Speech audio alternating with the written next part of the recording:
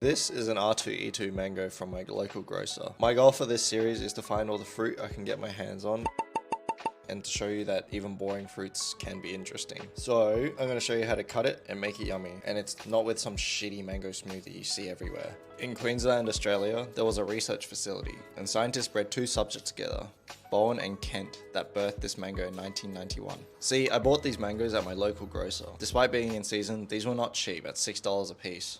The name was inspired by the blue and white butt plug from Star Wars. It was also made in the row R2 and block E2 of the field in Bowen, Queensland. As I said earlier, I wanted to make even boring fruit interesting, and I saw the R2E2 mango. I just couldn't resist. Man, they were so thick, plump, and juicy. I just didn't realize how down bad I was, and so I chose them. Here are some ways you can cut this mango. Look, there's a flat seed in the line with the ass crack of the mango. I've seen people cut it the wrong way, and quite frankly, it's painful. Just cut a cheek off the mango and sort of do a crisscross pattern as you see. Then sort of invert it by pressing up against the skin. Yeah, mango. Tastes good. Sweet, juicy as you can see. Citrusy vibes. The second way, I'm being a fancy tosser, but basically peel it first, cut a cheek off, thinly slice it one direction, and then you kind of like move it around, make it pretty like a flower.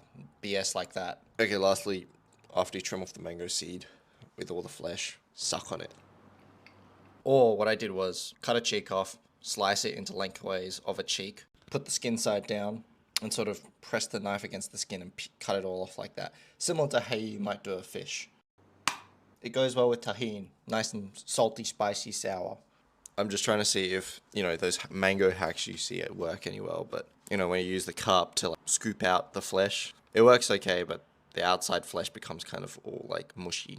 And so, as down bad as I was, I want to ask you, is mango habanero salsa more interesting than a smoothie? It is, but by how much? That's for you to decide.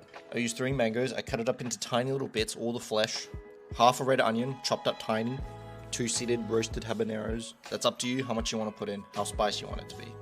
Lots of coriander chopped into tiny little bits, just follow what you're looking at. Lime juice and salt, pretty simple. Yeah, look, you've mixed it all up and whatever. Eat the salsa with corn chips, or tacos, or whatever you want. Sweet, spicy, and fresh. Should last upwards of a week in the fridge. Sub for more delectable fruit content.